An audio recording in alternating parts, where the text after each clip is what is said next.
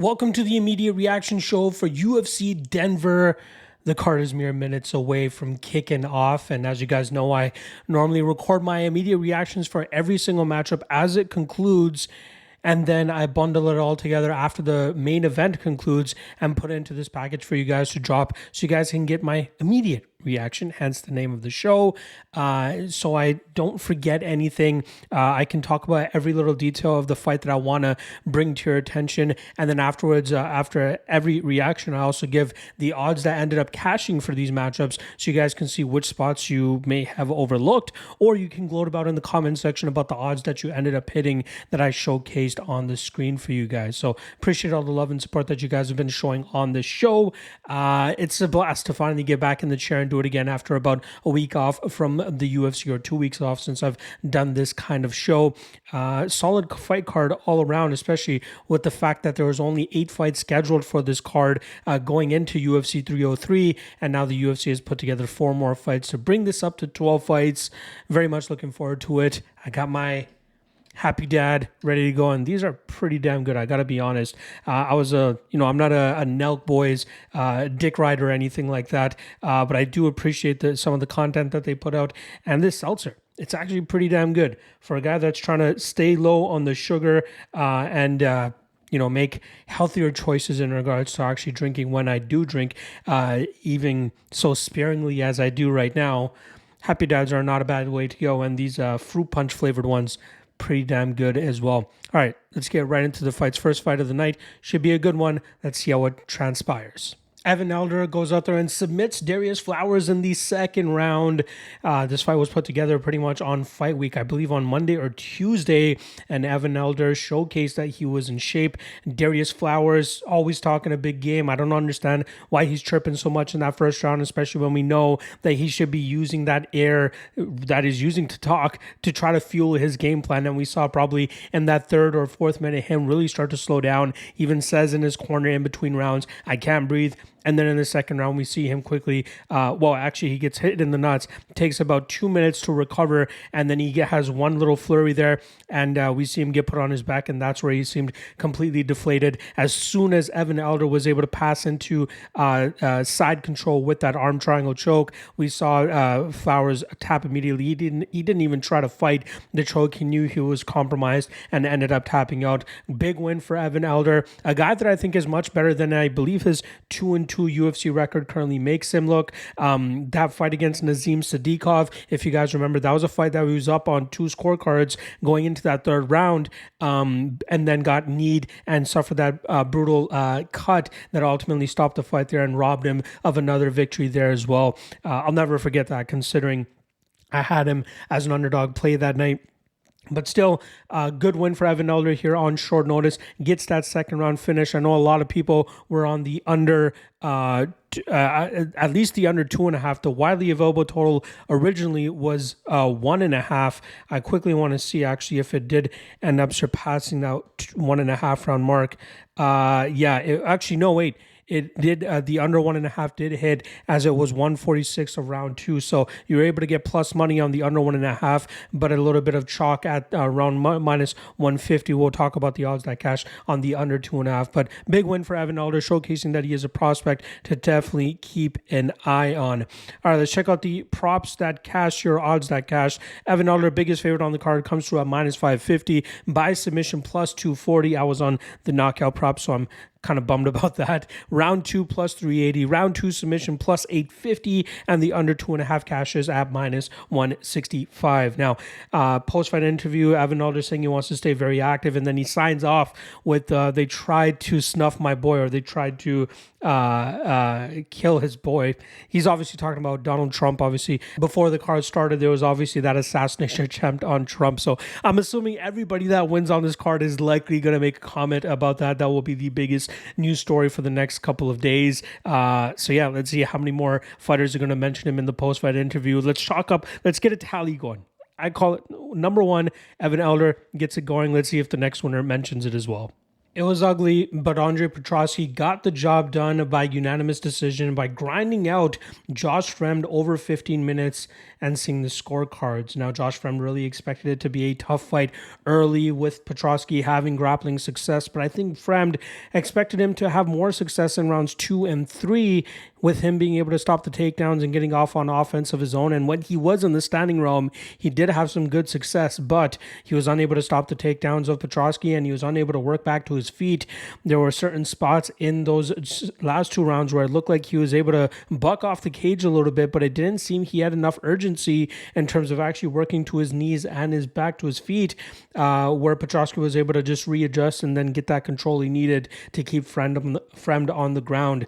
Breaking down this fight myself, I really expected it to go the way it did in the first round, but in the second and thirds, I really expected Fremd's grappling background to show off here as well, but Petrosky just showcasing what makes him so dangerous and continuing to showcase to us that we may think that he has a cardio issue in his game, but he just showed us in altitude or at altitude that he can still go out there and smother folks with his smothering grapple heavy approach. Now again, it depends on the fighter that he's going up against. I was wrong in thinking that Fremd was going to be able to be the one to give him issues, at least in terms of working back to his feet late in that matchup. And obviously, Petrosky was able to be successful in terms of holding him down there, but maybe another opponent will be able to do that against him. Good win for Petrosky. Is what it is. Let's check out the odds that cash. This was a pick'em fight pre-flop, but after the fact, it may more so look like Petrosky was minus 500, but he did close at minus 115 by decision plus 350, and the over 2.5 cashes at plus 110. Again, Fremd really looking lost off of his back there. And again, credit to Petrosky in terms of applying that pressure the way that he did from that top position. But I really expected a little bit more from Fremd. And also, one of the weird situations where we actually had a post-fight interview after a boring and sloppy prelim fight. Maybe not sloppy, but very boring and grindy. But I think it had to do with the fact that we have Paul Felder commentating the fights and interviewing the fighters afterwards, and him being closely associated with Andre Petrosky. I think Felder probably pushed to get in the cage and interview Petrosky. Petrosky didn't really have much to say after the fact. No Trump shout out. So it's only one so far through 2 fights.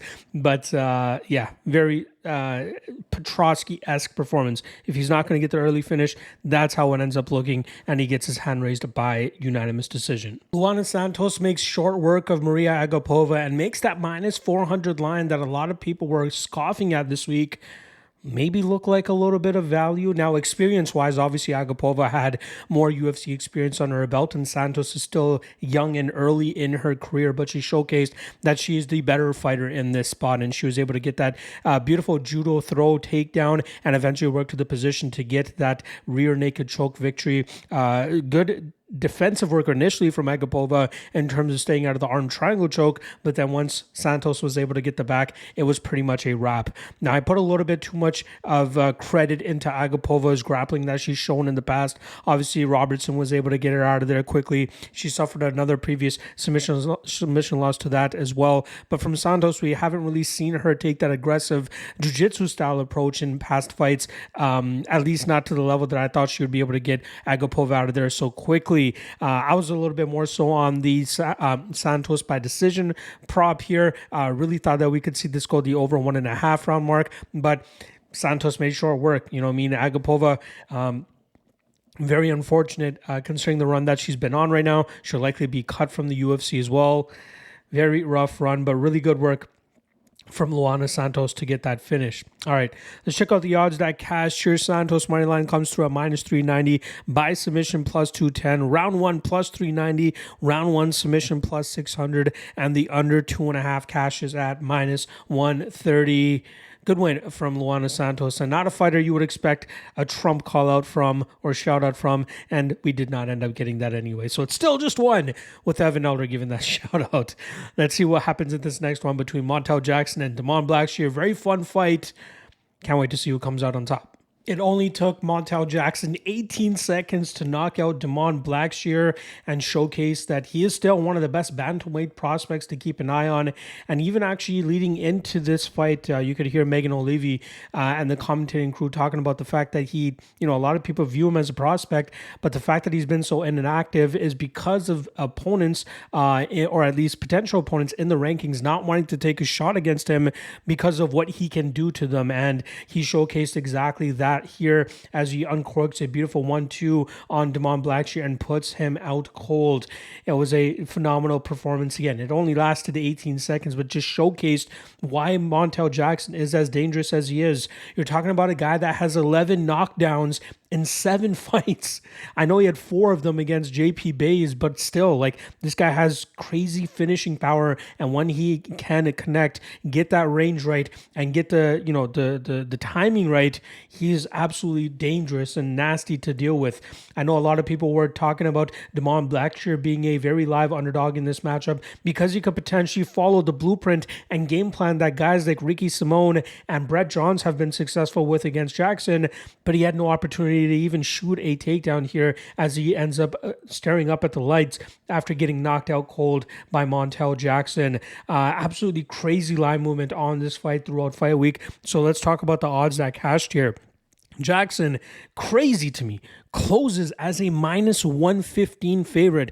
I got in roughly around minus 130 earlier this week, thinking that was the lowest it was going to get, but there was apparently somebody very sharp. I have no idea who was very high on Damon Blackshear in this matchup, causing that line to go down to minus 115, but unfortunately for those people, they have to rip up their ticket and, lost CLV essentially. I got reverse CLV'd here, but still very happy to cash that ticket.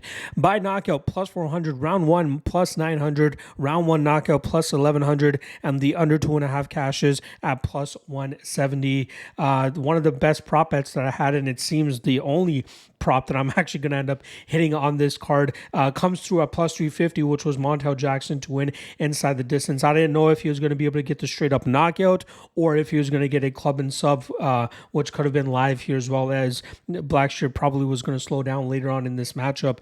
But again, very happy to hit that. Again, we go 1 and 2 on 3 best prop bets, but I believe it was plus 350 on the inside the distance, so we come out on the profit there, so I'm happy about that. But great performance from Montel Jackson. Gets on the mic and starts calling out some of the guys, not by name, but just saying to anybody, freaking sign the contract. That's been his issue, is that nobody wants to fight this guy, and you got to give the opportunity to him. I believe he's 32 or 33 years old right now. That's getting up there for this weight class, for this bantamweight division, this featherweight division. I believe it's bantamweight. Let's get this guy more active. Let's force people to fight or cause them to lose their ranking if they turn him down. Montel Jackson is a problem, and I believe now that's 5 straight victories in a row. Let's get this guy a little bit more active. I was quite confident in Fatima Klein coming into this matchup against Jazz Davicius, although she took it on short notice. But Jazz Davicius had very good success, and she was able to hammer home the point that was my main concern with Klein, and that being the size and the grappling of Jazz Davicius ultimately being too much for Klein. Now, Klein is a BJJ black belt, but Jazz Davicius, as she's shown in prior fights, is very difficult to deal with in the grappling realm, and the fact that she was able to have that size, height, and strength advantage over Klein really seemed to play in her favor, and she was able to pretty much keep Klein in the positions that she wanted. When Klein was getting off on her strikes, and as the commentating team was saying, when she was able to be the one to go first, throwing her 1-2s down the middle, she was landing effectively. However, it seemed like she was not up to snuff in terms of the cardio late in this matchup. You could see her a little bit floppy with her strikes even after she was landing, and then we saw once Jazz Davicius initiated the clinch that Klein really didn't have the energy nor the strength to compete with Jazz Davicius in those realms. So good win for Jazz Davicius, showcasing that she's still someone to take very seriously in the flyweight division. Does she get Viviane Araujo again? Maybe. That allows Jazz Davicius to start climbing the rankings here, but she is, if she can continue to improve her striking, if she can continue to improve her cardio, which looked tremendous in this matchup, she's very difficult to deal with, especially in that grappling realm. She does not accept a bad position, and when it looked like Klein was starting to get the better of the grappling, Jazz Davicius did a great job in terms of flipping the switch and getting the dominant position position herself. So great win for the Canadian. I should be happy. We finally have a very solid women's contender, or at least somebody that's getting close to the contendership. The only other great women's MMA fighters that we've had come out of Canada were, Alexis Davis. That was the pioneer days of women's MMA. Jillian Robertson, who's always going to hover around that top 20 to top 10 range, but will never be a title contender in my opinion. Doesn't Valerie Letourneau, who fought for a strawweight title way back in the day against Ioana Jędrzejczyk, but nobody really that has been as good, or at least seemingly as talented as Jazz Dovicius. We'll see how far she can take it. All right, let's check out the odds that cashed here. A lot of line movement on this fight going back and forth throughout fight week, but Jazz Dovicius closes at minus 140. She wins by decision at plus 145, and then the over 2.5 cashes at minus 370. Great work for Jazz Dovicius. Again, it's bittersweet for me. I was on the Klein side and had her at plus 100, but to have a Canadian win a big fight like this, good win for Jazz Dovicius. What a way to cap off an absolutely action-packed prelim card, with Charles Johnson notching a third-round knockout victory over Joshua Van in a fight that seemed to be in Van's favor going into that third round. I wanted to quickly pull up the scorecards here to ensure that I was correct, but I thought Van was up 2-0. We did see some solid work from Johnson in that second round, but I still thought it was enough for Van to actually, scorecards all over the place. One judge had it 2-1 for Johnson. One judge had it 1-1 either way, and then one judge had it 2-1 for Joshua Van. So scorecards really all over the place in that matchup. But Charles Johnson left them out of it as he lands a beautiful shot to hurt Joshua Van in the opening seconds of that third round, and then land a beautiful uppercut that floored Joshua Van.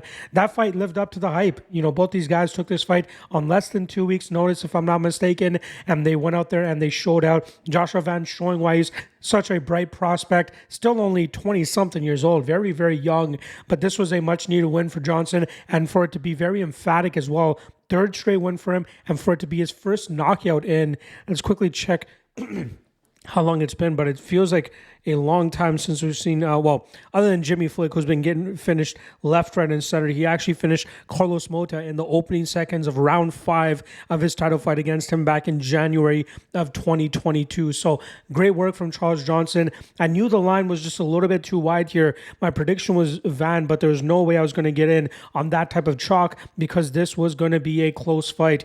The scorecards show that, even though I don't agree with them. And then obviously Johnson going out there and pulling off the upset showed that as well.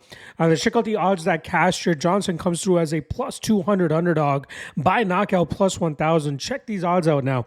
Round 3 plus 2,600. Round 3 knockout plus 4,100. And the under 2.5 cashes at plus 280. This is the type of year Charles Johnson needed after that 3-fight losing streak that he was on earlier. Let's see if he can continue this run moving forward. But for Joshua Van, this is only a road bump in what will be a very successful career, in my opinion. I believe Joshua Van will eventually challenge for that flyweight title.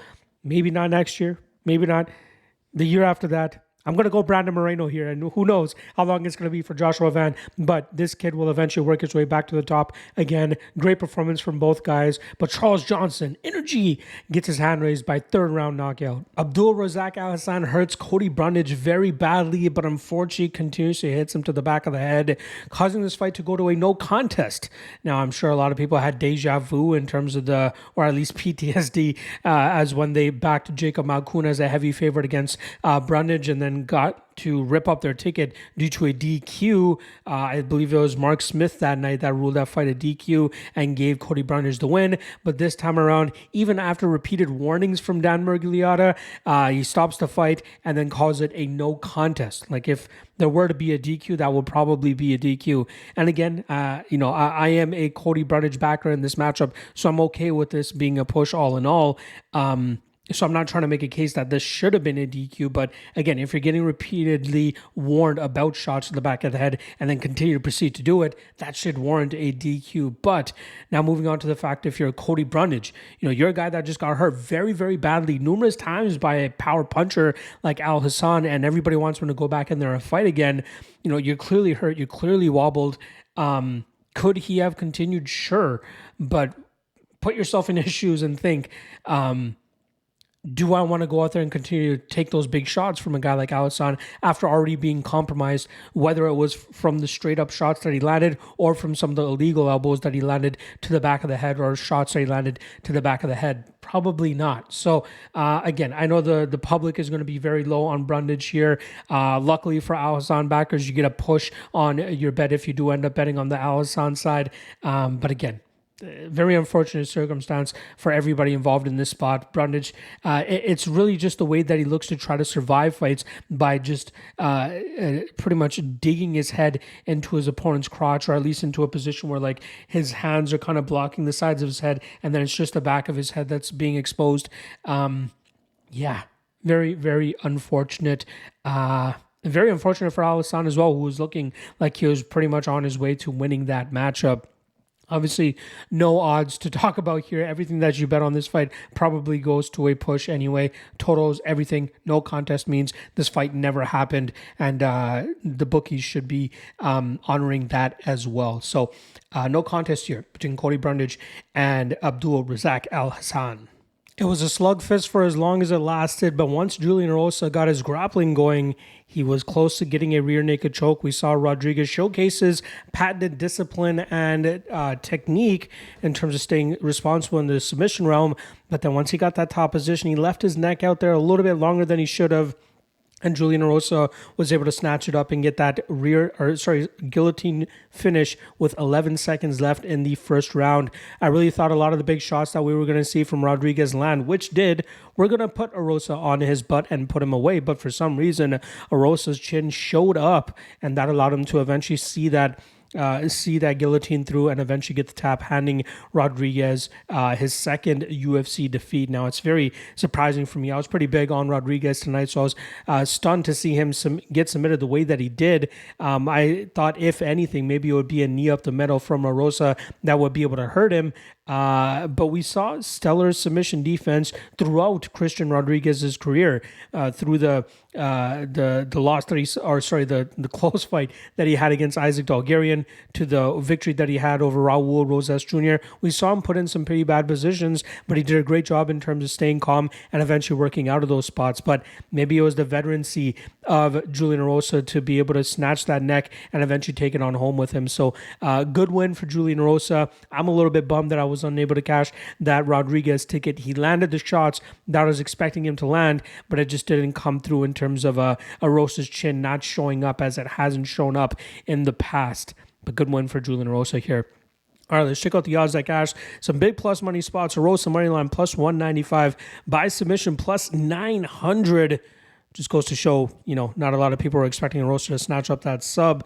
Round one plus 1,300. Round one sub plus 2,200. And the under 2.5 cash is at minus 110. Again, good win for Julian Erosa, who's now 7-3 since returning to the UFC after going 1-4 in his initial stint, or 1-3, I believe it was. This is a learning lesson for Christian Rodriguez, and hopefully a sign for him to try to go back down to 135 pounds, where he'll probably be a little bit more effective. But still, I think this kid has a high ceiling, even after losing the way that he did here. But regardless, this night belonged to Julian Erosa as he gets the first round submission victory. Gabriel Bonfim gets the unanimous decision victory over Ange Losa.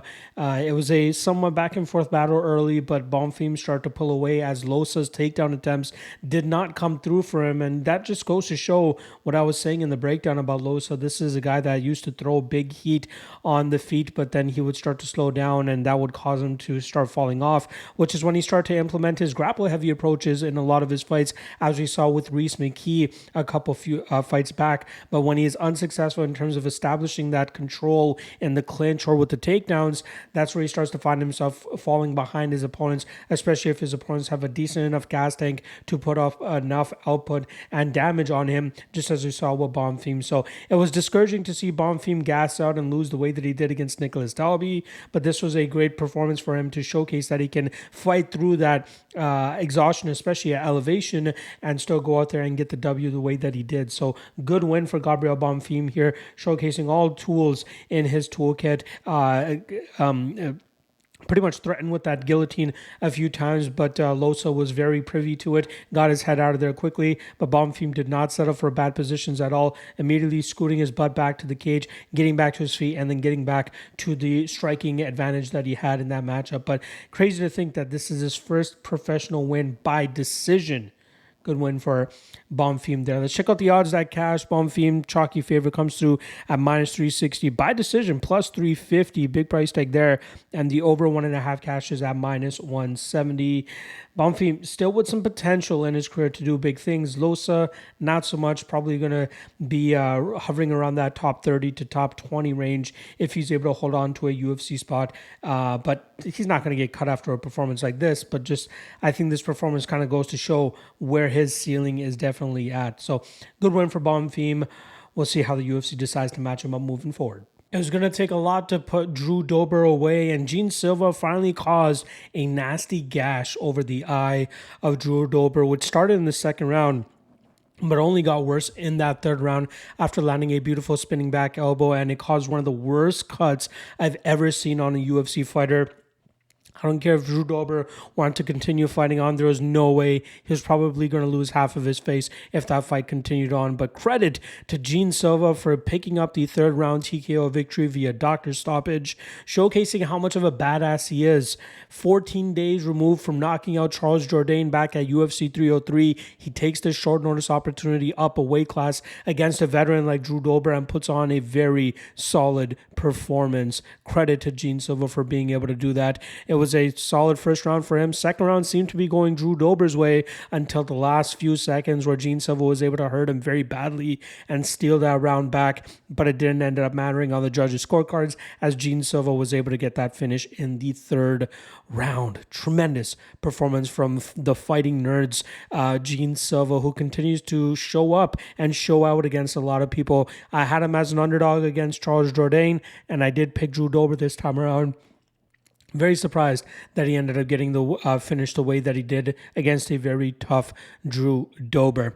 All right, let's check out the odds that cash here. Gene Silva comes through as the -120 favorite by knockout, +200, round 3 +1,000, round 3 knockout +1,300, and the over 1.5 cash is at -145.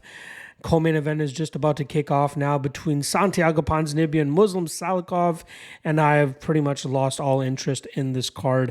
It is almost, well, it's past midnight now on the East Coast, few drinks in as well, and talk about finding a way to halt the momentum of the card by putting two aging welterweights that aren't even American in front of a Denver crowd. Hopefully it's a quick fight, but I just want this to get over with because I'm pretty much looking forward to the main event now. Muslim Salikov picks up the split decision win over Santiago Ponzinibbio. I gotta be honest, I was not watching that fight all that close. It seemed to be back and forth. To me, I thought it was going to be Ponzinibbio getting his hand raised. From what I saw, somebody said that the live odds were like heavily in favor of Ponzinibbio in the third round, so he probably should have won that fight. Looking at the scorecards, two judges gave the first 2 rounds to Salikov. Yeah, is what it is. I just still can't get over the fact that the UFC booked this in the co-main event slot, especially when you had such a banger like Dober and Silva there, not to mention Rosa and Rodriguez was on the card. Heck, even Brundage against Al Hassan would have been a better co-main event than this, even ending it the way that it did. This is horrible placement. I just can't get over why the hell the UFC would have done this. The air is all out of my tires. Hopefully Rose and Cortez is not as bad. At least there's some stakes attached to that fight, whereas this co-main event between aging welterweights that aren't even from America fighting in front of a sold-out American crowd, it makes no sense to me. Odds that cash, Salikov moneyline comes through at +140, by decision +470, over 2.5 -105. Let's get this thing over with, folks. I'm really running out of steam over here. Thank God the card is finally over, but it was Rose Namajunas who gets a 5-round decision victory over Tracy Cortez. I believe there was 2 49-47s, 49-46s and 1 48-47, which I don't understand how you give 2 rounds to Cortez. Sure, you can give her 1, but I don't think you can give her 2. So whoever that judge is, bad job. But great work from Rose all around, showcasing her striking advantage, but also the improvements in her grappling game, where she was able to get Tracy Cortez down a few times with some sneaky takedowns. And I thought Cortez would be the one that would be able to land more takedowns here. But credit to her for being able to make it the full 25 minutes. Short notice camp, up at elevation. Good look for Cortez. This is one of those spots where his stock doesn't really move, but she clearly had some improvements to make if she wants to try to make it to the next level in the UFC. Rose, again, great work. Calls her own shots. She wants a title shot. But first, actually, let's talk about the odds that cash. Sorry. My energy is so low. Ever since that Salikov and Ponzinibbio fight, I'm just done. I want this night to be over with, pretty much. All right, odds that cash with Namajunas minus 250 comes to by decision plus 110. And the over 4.5 cashes at minus 280. Rose taking the time in the post-fight interview to ask if she could get some water for a baptism that she's trying to hold in the next month or so. So great work on the mic for her there. All right, let's put a bow on the show here. There were 3 knockouts, 3 decisions, 5 decisions. 3 KOs, 3 subs, 5 decisions. Favorites went 6-3. We had a handful of pick'em fights on this card, not to mention that one no contest. And for the performer of the night, I was trying to choose between these two, but I ultimately ended up going with Gene Silva for him to go out there and do what he did to Drew Dober on short notice. 14 days after he knocks out Charles Jourdain. Absolutely phenomenal performance from Gene Silva, and his stock is rising a lot and very quickly as well. So it'll be interesting to see what he does next. Obviously, should be fighting at 145 pounds. By the way, I'm trying to hold in yawns right now because I'm just dead tired right now. But yeah. We'll see what they do for him next. He should go back down to 145 pounds, and we'll see how far he can take this streak that he's currently on. The runner-up for me was going to be Montel Jackson. It was only 18 seconds, which is why I ended up giving it to Gene Silva, because we got to see more of a performance from him. But still, he goes out there and showcases why he's so dangerous and why people do not want to sign to fight this guy. All right, that's a wrap on the immediate reaction show. Hopefully you guys did well on the fights. Drop a comment below if you're able to hit some of these outrageous props that ended up hitting on the card. Otherwise, I will see you guys on Monday to break down a very, very abysmal UFC Vegas 94 card. I'll see you guys then. Peace.